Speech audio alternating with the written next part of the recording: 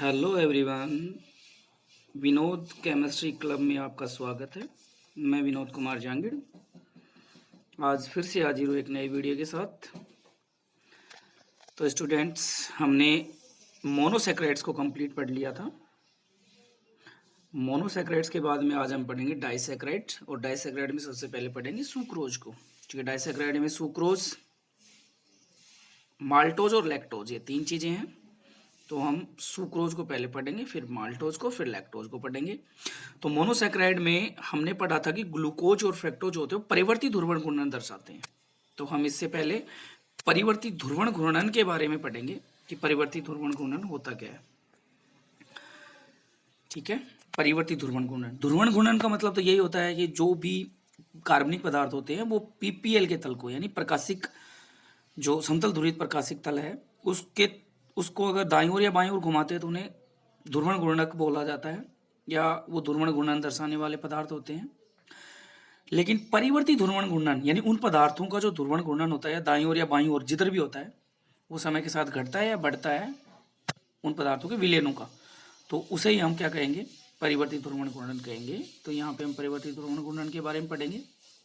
ठीक है, तो होता क्या है ये, देखो कोई भी कार्बनिक पदार्थ होता है, ये किसी भी पदार्थ की बात करें तो कार्बनिक ही होगा जनरली पदार्थ। तो किसी भी पदार्थ के ध्रुवण घूर्णन का मान यदि समय के साथ बढ़ता या घटता है, यानी कि समय के साथ उसका जो ध्रुवण घूर्णन का मान वो ज़्यादा हो जाए या कम हो जाए, तो बढ़ता या घटता है, तो उसे हम कहते हैं परिवर्ती ध्रुवण घूर्णन। इसको म्यूटा घूर्णन भी कहा जाता है, म्यूटा घूर्णन, ध्यान रखें, परिवर्ती ध्रुवण घूर्णन को म्यूटा घूर्णन भी कहते हैं। तो परिवर्ती ध्रुवण घूर्णन, किसी पदार्थ के ध्रुवण घूर्णन का मान यदि समय के साथ घटता या बढ़ता है तो उसे हम क्या कहेंगे, परिवर्ती ध्रुवण घूर्णन कहेंगे। ठीक है, इसे म्यूटा घूर्णन भी कहते हैं। देखो उदाहरण के लिए, जैसे ग्लूकोज जो है उसकी चक्रीय संरचना में हमने दो प्रकार की संरचना प्राप्त करी थी। एक था अल्फा डी प्लस ग्लूकोज और एक था बीटा डी प्लस ग्लूकोज। दो थे, अल्फा ग्लूकोज और बीटा ग्लूकोज। ठीक है, तो अल्फा ग्लूकोज जो है, क्योंकि ये दो समावेशी अलग अलग हैं, अल्फा ग्लूकोज का जो ताजा बना विलयन होता है, इस ताजा बने विलयन का विशिष्ट घूर्णन जो होता है ना, वो होता है +112 डिग्री का। अल्फा डी प्लस ग्लूकोज के ताजा बने विलयन का जो घूर्णन, विशिष्ट घूर्णन होता है, विशिष्ट घूर्णन वो होता है +112 डिग्री का। ठीक है, ये घूर्णन, जो घूर्णन है, ये समय के साथ जैसे जैसे ये विशिष्ट घूर्णन हो गया जब ताज़ा बनाएंगे, तो उसके बाद में धीरे धीरे समय के साथ ये घटता जाएगा, और ये घट करके हो जाएगा +52 डिग्री सेल्सियस, या +52 डिग्री सेल्सियस नहीं, सॉरी, +52 डिग्री हो जाएगा। इसके ऊपर आकर के स्थिर हो जाएगा, अब इससे ज़्यादा कम नहीं होगा, यानी 52 डिग्री पर रह जाएगा, ये इससे कम नहीं होगा। ये हो गया 112 से 52 डिग्री, यानी घट गया समय के साथ अल्फा डी प्लस ग्लूकोज के ताजा बने विलयन का घूर्णन। ठीक है, ध्रुवण घूर्णन। फिर है बीटा ग्लूकोज, दूसरा समावेश था बीटा ग्लूकोज। बीटा ग्लूकोज का जो विशिष्ट घूर्णन होता है, ये रहा देखो, 19 डिग्री होता है बीटा घूर्णन। जो बीटा ग्लूकोज है उसका विशिष्ट घूर्णन होता है 19 डिग्री। ठीक, ये समय के साथ बढ़ता है और बढ़ करके कितना हो जाता है, 52 डिग्री, इस पर आकर के स्थिर हो जाता है। स्थिर का मतलब हो गया अब ये बढ़ेगा नहीं। तो ये है परिवर्ती ध्रुवण घूर्णन। अब देखो, अल्फा का तो होता है 112 डिग्री और बीटा का होता है 19 डिग्री, लेकिन ये समय के साथ घटकर और बढ़कर ये कितने पे आ जाते हैं, 52 डिग्री पे आ जाते हैं। यानी इनका जो परिवर्ती ध्रुवण घूर्णन, अब ये ध्रुवण घूर्णन क्या दर्शाएगा, 52 डिग्री का, इसलिए इसे बोलते हैं परिवर्ती ध्रुवण घूर्णन। तो किसी पदार्थ के ध्रुवण घूर्णन का मान यदि समय के साथ बढ़ता या घटता है तो उसे हम बोलते हैं परिवर्ती ध्रुवण घूर्णन, इसे म्यूटा घूर्णन भी कहा जाता है। ठीक है, ये हो गया ध्रुवण, परिवर्ती ध्रुवण घूर्णन। ये ग्लूकोज और फ्रक्टोज दोनों ही दर्शाते हैं। अब हम बात करते हैं डाइसैकराइड, या फिर इसे ओलिगोसैकराइड को ही, ओलिगोसैकराइड में डाइसैकराइड होती है, क्योंकि ओलिगोसैकराइड में जो है 2 से 10 तक की मोनोसैकराइड इकाइयां प्राप्त होती हैं। अगर 2 होती है तो उसे डाइसैकराइड बोलते हैं, 3 होती है ट्राई, 4 होती है तो टेट्रा, 5 होती है तो पेंटा। इसीलिए हम इसमें पढ़ेंगे डाइसैकराइड, क्योंकि हमारे सिलेबस में इंपॉर्टेंट है। ठीक है, तो अब देखिए यहाँ पे डाइसैकराइड के जल अपघटन से मैंने बताया था, ओलिगो में क्या होती है, 2 से 10 तक की मोनोसैकराइड इकाइयां प्राप्त होती है, लेकिन डाइसैकेराइड में इसके जल अपघटन से केवल 2 मोनोसैकेराइड इकाइयां प्राप्त होंगी। देखो ये 2 का मतलब डाई, तो 2 मोनोसैकेराइड इकाइयां प्राप्त होती है।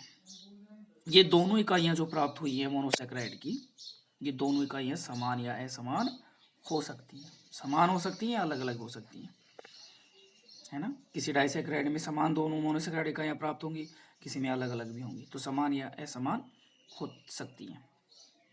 दूसरा, डाइसैकेराइड जो है ना वो अपचायी और अनपचायी दोनों होती है। अपचायी भी होती है और अनपचायी भी होती है। जैसे सुक्रोज अनपचायी शर्करा है, क्यों है वो सारी डिटेल हम पढ़ेंगे, इसकी सारी बात जानकारी लेंगे। तो अपचायी और अनपचायी दोनों होती हैं कौन, डाइसैकेराइड। ये इकाइयां आपस में एक बंध होता है भाई ग्लाइकोसाइडिक बंध, इस बंध के द्वारा जुड़ी हुई रहती है। कौन सी, जो डाइसैकेराइड की 2 मोनोसैकेराइड इकाइयां होती है ना वो ग्लाइकोसाइडिक बंध द्वारा जुड़ी होती है भाई। ठीक, तो ग्लाइकोसाइडिक बंध होता है, कैसे बनेगा अभी बताएंगे आपको। ये स्वाद में मीठी होती है, यानी डाइसैकेराइड जो होती हैं, सुक्रोज, चीनी, गुड़, शक्कर, ये मीठा ही होता है, तो ये स्वाद में मीठी होती हैं। ये जल में विलय होती हैं और क्रिस्टलीय प्रकृति की होती है, यानी जल में घुल जाती हैं। और जो घुलती हैं, शुरू में बताया था मैंने जब आपको पढ़ाया था, जल में विलय होती हैं जो क्रिस्टलीय भी होती हैं, जो अविलय होती है वो अक्रिस्टलीय होती है सामान्यतः। जैसे एग्जाम्पल देखें इसके, सुक्रोज, माल्टोज, लैक्टोज, ये डाइसैकेराइड के एग्जाम्पल, और तीनों ही है हमारे सिलेबस में, तीनों को हम पढ़ेंगे। तो सबसे पहले हम बात करते हैं सुक्रोज की। सुक्रोज सुक्रोज जो है ना वो एक महत्वपूर्ण डाइसैकेराइड, यानी जो डाइसैकेराइड हम 3 पढ़ेंगे उन 3 में से सबसे महत्वपूर्ण जो है वो सुक्रोज है। सुक्रोज एक महत्वपूर्ण डाइसैकेराइड है। इसे ना, जो गन्ना होता है ना, गन्ना ज्यादातर उसी से प्राप्त होती है, इसीलिए इसे इक्षु शर्करा, क्योंकि ईख जो होती है गन्ना, इक्षु शर्करा इंग्लिश में बोलते हैं, कैन शुगर भी कहते हैं। किसे, सुक्रोज को इक्षु, यानी गन्ने से प्राप्त होती है ना, इसलिए इक्षु, ईख शर्करा या फिर कैन शुगर कहते हैं। इसका जो अणुसूत्र होता है वो होता है भाई C12H22O11। ठीक, ये इसका अणुसूत्र होता है। यह सफेद क्रिस्टलीय ठोस होता है, सफेद रंग का होता है, चीनी सफेद रंग की होती है, और उसमें देखो दाने से क्रिस्टल होता है, तो ये सफेद क्रिस्टलीय ठोस होता है कौन, सुक्रोज। ठीक है, ये स्वाद में मीठा तथा जल में विलय होता है। स्वाद में कैसा होता है, मीठा होता है, और चीनी को पानी में घोलोगे तो घुल जाएगी, ये तो प्रैक्टिकली होता है रोज। तो चीनी को पानी में घोलोगे घुल जाती है, तो ये स्वाद में मीठा और जल में विलय होता है कौन, सुक्रोज। इसका जो गलनांक होता है ना, क्योंकि क्रिस्टल ठोस होता है, ठोस का गलनांक होता है, ये होता है 180 डिग्री सेल्सियस। यानी इसको अगर आप गर्म करोगे तो 180 डिग्री सेल्सियस पे क्या हो जाएगा, गलना स्टार्ट होगा। इसके बाद में अगर टेम्परेचर बढ़ाओगे तो ये पूरा पिघल जाएगा, द्रवित हो जाएगा। यह एक अनअपचायी शर्करा है, अभी थोड़ी देर पहले बोला था अनअपचायी शर्करा होती है। ठीक, अनअपचायी शर्करा यानी कि ये टोलन अभिक्रमक और फेलिमिलियन का अपचयन नहीं करती है। हमने उसका कार्बोहाइड्रेट्स का वर्गीकरण पढ़ा था, तब पढ़ा था ना हमने, अपचय और अनपचय। अनपचय में सुक्रोज का उदाहरण लिया था, बाकी तो पॉलीसैकेराइड्स तो थे ही सारे। ठीक है, यह दक्षिण ध्रुवण घूर्णक, ठीक है, बीपीएल के तल को दाईं ओर घुमाएगा। दक्षिण ध्रुवण घूर्णक प्लस बोला ना, देखो हमने लिखा है 112 डिग्री सेल्सियस, अभी परिवर्तित ध्रुवण घूर्णन पढ़ा था 112, तो उसके आगे लिखाया था हमने प्लस। फिर उसके बाद में 52 डिग्री पे रुक रहा था, तो उसमें भी हमने प्लस लगाया था। फिर बीटा डी का हमने लिखा था 19 डिग्री, तो ये इसके आगे भी प्लस लगाया था। फिर ये स्थिर होता है 52 डिग्री पे, तो 52 डिग्री प्लस का था। ठीक है, तो प्लस का मतलब ये दक्षिण ध्रुवण घूर्णक यानी कि दाईं ओर घुमाएगा पीपीएल के तल को। इसलिए जो सुक्रोज होता है वो क्या होता है, दक्षिण ध्रुवण घूर्णक होता है। और ये क्या नहीं दर्शाता, परिवर्तित ध्रुवण घूर्णन। अभी पढ़ा था हमने परिवर्तित ध्रुवण घूर्णन, तो ये परिवर्तित ध्रुवण घूर्णन नहीं दर्शाता। यानी इसमें जो विशिष्ट घूर्णन होता है वो ही रहेगा। इसका जो समय के साथ घटकर बढ़कर के परिवर्तित दो ध्रुवण घूर्णन है ना, वो समय के साथ घटेगा और बढ़ेगा नहीं, यानी वही रहेगा जो विशिष्ट घूर्णन होगा, कि स्थिर रहेगा इसका ध्रुवण घूर्णन, यानी समय के साथ कम या ज्यादा नहीं होगा। ठीक, सुक्रोज का जो मुख्य स्रोत होता है, यानी कि जहां से सुक्रोज प्राप्त होती है, चीनी गुड़ शक्कर जहां से प्राप्त होती है मुख्यतः वो होती है गन्ने का रस, ठीक है, और एक है चुकंदर का रस। यानी गन्ने और चुकंदर का रस, चुकंदर होती है सलजम के जैसे लाल लाल सी होती है, जिसको शादी पार्टियों में ना अपन जाते हैं सलाद के रूप में लेते हैं चुकंदर। ठीक है, इससे गन्ने को और चुकंदर को रस, इसका रस निकाल करके शुगर यानी सुक्रोज बनाया जाता है। ठीक है, सुक्रोज की संरचना, स्ट्रक्चर ऑफ सुक्रोज, यानी इसकी जो स्ट्रक्चर होती है, संरचना होती है, वो किस प्रकार की होती है वो हम पढ़ेंगे कि सुक्रोज किस प्रकार से जुड़ा होता है, इसकी दो मोनोसेकेराइड इकाइयां कैसे ये बनती है, कैसे इसकी संरचना होती है, स्ट्रक्चर होती है। तो सुक्रोज का जो अणुसूत्र होता है स्टूडेंट, वो होता है C12H22O11। ये सुक्रोज का, या मैं कहूँ कि डाइसेक्राइड्स का ये अणुसूत्र होता है कंप्लीटली, C12H22O11। ये सुक्रोज का भी होगा, माल्टोज का भी होगा और लैक्टोज का भी होगा। तो ये C12H22O11 ये सुक्रोज का अणुसूत्र है। अगर इसका जलपघटन करवाते हैं, किसका, सुक्रोज का जलपघटन करवाते हैं, तो अल्फा डी प्लस ग्लूकोज और दूसरी इकाई प्राप्त होती है बीटा डी माइनस फ्रैक्टोज, क्योंकि फ्रैक्टोज जो है वो डी माइनस था और सुक्रोज था वो डी प्लस था। तो अल्फा डी प्लस ग्लूकोज तो क्या होता है, एक इकाई इसकी सुक्रोज की और दूसरी इकाई जो होती है वो बीटा डी माइनस फ्रैक्टोज। ये दो मोनोसेकेराइड इकाइयां प्राप्त होती हैं सुक्रोज के जल अपघटन से। ठीक है, जैसे एग्जांपल के लिए हम ले, ये एग्जांपल है C12H22O11, ये इसका सूत्र होता है, अणुसूत्र होता है। जल अपघटन करवाएंगे H2 के साथ, तनु अम्ल की उपस्थिति में जल अपघटन होता है। जैसे इसका जल अपघटन करेंगे तो ये जल का अणु इसके साथ में जुड़ जाएगा। देखो C12H22, दो H ये यहाँ से आकर के इसके साथ जुड़ेंगे, तो 22 और 2 कितने हो गए 24, और यहाँ पे O11 है, एक O यहाँ से आकर के ये इसके साथ में जुड़ जाएगा, तो ये कितना हो जाएगा 12। तो अब देखो इसके जल अपघटन से ये दोनों इकाइयां अलग अलग हो जाएंगी, और अलग अलग होने से C6H12O6, C6H12O6, क्योंकि ये ग्लूकोज का भी होता है, फ्रैक्टोज का भी होता है, ग्लैक्टोज का भी C6H12O6 होता है। तो इसमें जो प्राप्त हुआ है वो प्राप्त हुआ है अल्फा डी प्लस ग्लूकोज और दूसरा बीटा डी माइनस फ्रैक्टोज। ये दो इकाइयां इसकी प्राप्त हुई है, मोनोसेकेराइड इकाइयां सुक्रोज के जल अपघटन से। ठीक है, अब हम यहाँ पे बात करते हैं इसकी इस संरचना के बारे में। तो सुक्रोज की संरचना जो होती है ना, इसमें अल्फा डी प्लस ग्लूकोज की एक इकाई प्राप्त हुई थी और दूसरी हुई थी बीटा डी माइनस फ्रैक्टोज की। तो अल्फा डी प्लस ग्लूकोज की इकाई का तो C1 कार्बन और बीटा डी माइनस फ्रैक्टोज का C2 कार्बन, ये दोनों आपस में एक बंध होता है, ग्लाइकोसाइडिक बंध, इसके द्वारा जुड़ी होती है, यानी कि 1,2 ग्लाइकोसाइडिक बंध। देखो ये रहा 1,2 ग्लाइकोसाइडिक बंध। क्यों? क्योंकि अल्फा डी प्लस ग्लूकोज का तो पहला कार्बन और बीटा डी माइनस फ्रैक्टोज का दूसरा कार्बन आपस में जुड़ते हैं, इसलिए 1,2 ग्लाइकोसाइडिक बंध बनता है। ग्लाइकोसाइडिक बंध कैसे बनता है? क्योंकि देखो इनके OH जो समूह है ना, वो आपस में जुड़ते हैं। OH समूह हमने ग्लूकोज में पढ़ा था, है ना, अल्फा में पढ़ा था कि यहाँ पे क्या था, OH था। देखो इसके पहले कार्बन पे OH था, इसके इस दूसरे कार्बन पे OH था। चक्रीय संरचना में ऐसा बनता है। अब देखो ग्लाइकोल का मतलब होता है दो OH समूह, एक तो ये रहा इसका, एक ये रहा इसका। अब इनमें से क्या होगा कि एक का जो OH है वो कंप्लीटली हट जाएगा, एक का H हटेगा। जैसे इसका OH हट गया कंप्लीटली और इसका H हट गया, अब क्या निकल गया भाई H2O। तभी तो जल अपघटन के द्वारा ये दोनों के यहाँ अलग अलग हो जाती है। देखो अब तो जुड़ रही है, लेकिन H2O निकलने के बाद में ये आपस में जुड़ गई, H2O वापस जोड़ देंगे तो यहाँ से बंध टूट जाएगा और ये दोनों अलग अलग हो जाएंगे, एक से H और एक से OH जुड़ जाएगा। इस प्रकार से वो अल्फा डी प्लस ग्लूकोज और बीटा डी माइनस फ्रैक्टोज प्राप्त होते हुए थे। तो यहाँ से देखो ये ऐसे H2O का निष्कासन कर देगा, दो OH समूह मिलकर के एक H2O निकालते थे और एक O के साथ ही जुड़ जाता है, इसीलिए इसको बोलते हैं ग्लाइकोसाइडिक बंध। और ये कौन सा है 1,2 ग्लाइकोसाइडिक बंध, ये बना 1,2 ग्लाइकोसाइडिक बंध। ठीक है, अब देखिए अब यहाँ पे हमने इसलिए इसको ग्लाइकोसाइडिक बंध बोलेंगे। अब यहाँ से देखो एक O बच जाएगा, O बचने के बाद में ये देखो ये एक इसकी तो OH हट गया तो इसकी वैलेंसी खाली और इसका H हटा तो इसकी वैलेंसी खाली, दोनों आपस में यहाँ पे ये बंध बना लेंगे और ये बंध बन गया कौन सा 1,2 ग्लाइकोसाइडिक बंध। देखो ये अल्फा डी प्लस ग्लूकोज है, इसका तो पहला कार्बन और ये बीटा डी माइनस फ्रैक्टोज है, इसका दूसरा कार्बन, ये आपस में जुड़ करके 1,2 ग्लाइकोसाइडिक बंध का निर्माण करते हैं और इस प्रकार से आपस में जुड़ जाते हैं। ठीक है, अब देखो इसका पहला कार्बन इस प्रकार से यहाँ से जुड़ गया। ठीक, अब 1 2 देखिए गिनो 1 2 3 4 5 और 6 कार्बन। ठीक है, ये तो वही हो गया C6H12O6, लेकिन यहाँ से एक H2 का निकल गया, निष्कासन हो गया, इसके द्वारा ये आपस में इस 1,2 ग्लाइकोसाइडिक बंध द्वारा जुड़ करके ये बना देंगे।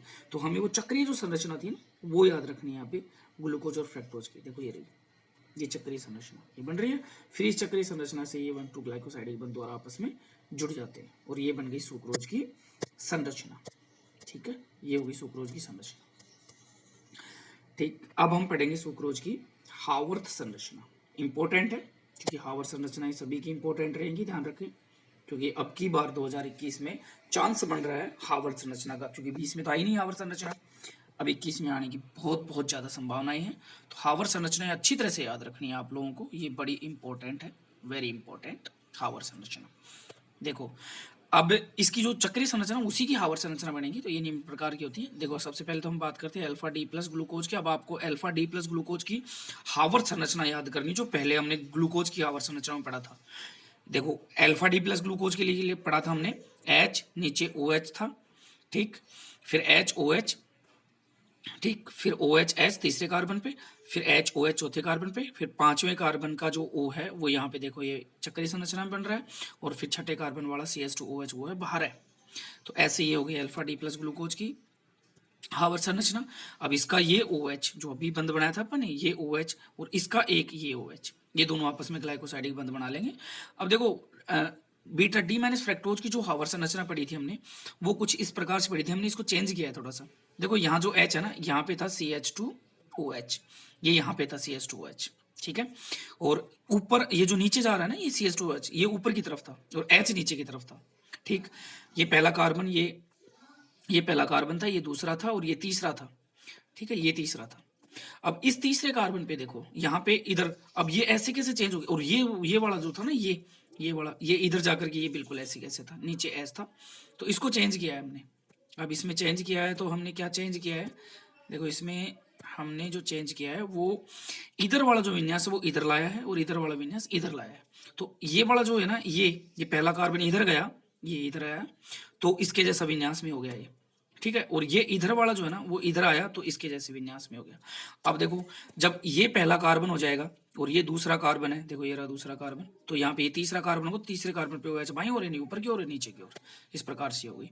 तो ये हावर्थ संरचना हो गई, और 1 2 ग्लाइकोसाइडिक बंध द्वारा जुड़ गई। अब देखो इस फ्रैक्टोज के दूसरे कार्बन पे क्या था, कीटोन, ये भी इस ग्लाइकोसाइडिक बंध बनाने में भाग ले रहा है, और ग्लूकोज के पहले कार्बन पे क्या था, एल्डिहाइड, ये दोनों आपस में क्या हो रहे हैं, ग्लाइकोसाइडिक बंध बनाने में काम आ रहे हैं। अब दोनों ग्लाइकोसाइडिक बंध बनाने में काम आ रहे हैं, तो टोलुइन कार्बनिक फेलिंग विलेन का अपचयन कौन करेगा, क्योंकि ये तो ग्लाइकोसाइडिक बंध बना लिए, अब ये अपचयन करने के लायक नहीं है, इसीलिए सुक्रोज क्या एक अनपचायक शर्करा होती है। तो देखो ये अनपचायक शर्करा क्यों होती है, इसके लिए मैंने नोट लिखा हुआ है यहाँ पे, ये रहा नोट, कि सुक्रोज में जो सुक्रोज होता है ना, इसके अंदर ग्लूकोज के C1 कार्बन का जो CHO समूह है, ये रहा, ये वाला देखो, ये समूह तथा फ्रक्टोज के C2 कार्बन का जो C डबल बॉन्ड है कीटोन समूह, ये दूसरे कार्बन वाला, ये आपस में देखो, आपस में ये दोनों तो बना रहे हैं ग्लाइकोसाइडिक बंध, देखो ये बन रहा, इन दोनों के द्वारा बन रहा है ग्लाइकोसाइडिक 1 2 ग्लाइकोसाइडिक बंध, तो ये दोनों आपस में ग्लाइकोसाइडिक बंध बनाने में क्या आ जाते हैं, काम आ जाते हैं, ठीक, जिससे टोलेन अभिकर्मक और फेलिंग विलयन का अपचयन करने के लिए, देखो टोलेन अभिकर्मक और फेलिंग विलयन का अपचयन करने के लिए कोई भी कार्बोनिल समूह उपस्थित नहीं हो पाता है, कोई भी कार्बोनिल, क्योंकि दोनों क्या आ रहे हैं, ग्लाइकोसाइडिक बंध बनाने में काम आ रहे हैं, इसलिए कोई भी कार्बोनिल समूह इसमें उपयुक्त नहीं होता है, इसीलिए सुक्रोज क्या होती है, एक अनपचायक शर्करा होती है, इसीलिए सुक्रोज क्या है, एक अनपचायक शर्करा है। तो ये इंपॉर्टेंट है, ये नोट बहुत इंपॉर्टेंट है, ये आया हुआ है एग्जाम में पहले, ठीक, सुक्रोज एक अनपचायक शर्करा है क्यों, तो ये आपको ये नोट ये पूरा बताना है कि सुक्रोज में जो ग्लूकोज का CHO समूह है वो, और फ्रैक्टोज का जो कीटोन समूह है वो दोनों आपस में ग्लाइकोसाइडिक बंध बनाने का काम आ जाते हैं, इसीलिए टोलेन अभिकर्मक फेलिंग विलयन का अपचयन करने के लिए कोई भी कार्बोनिल समूह उपयुक्त नहीं होता है, इसीलिए सुक्रोज एक अनपचायी शर्करा होती है, ठीक है। तो आई होप स्टूडेंट आपको ये वीडियो पसंद आया होगा, समझ में आया होगा। यदि आपको वीडियो पसंद आया है, समझ में आया है, तो आप इसको लाइक कीजिए, दोस्तों में शेयर कीजिए, और जो भी आपका कमेंट है वो कमेंट बॉक्स में डाल दीजिए, कोई क्वेश्चन है तो क्वेश्चन डाल दीजिए, नेक्स्ट वीडियो में आपको उस क्वेश्चन का हल मिल जाएगा। और आप चैनल को सब्सक्राइब करना ना भूलें, चैनल को सब्सक्राइब कीजिए, जैसे आप यूट्यूब में इसके लिंक को दबाओगे, जो नीले रंग में जो पट्टी है एक, उसको आप जैसे क्लिक करोगे तो यूट्यूब खुलेगा, मेरा वीडियो चलेगा, और जैसे उसको चलाओगे तो एक लाल कलर में लिखा होगा सब्सक्राइब, तो वहाँ पे सब्सक्राइब कीजिए, फिर उसके बगल में एक बेल आइकन आएगा, उसको प्रेस कीजिए, उसमें ऑल जो है वहाँ पे प्रेस कर दीजिएगा, ताकि आपको जो भी वीडियो डालो उसका नोटिफिकेशन आपको प्राप्त हो जाए। तो आप इसको सब्सक्राइब ज़रूर कीजिएगा, ठीक है। Thank you so much.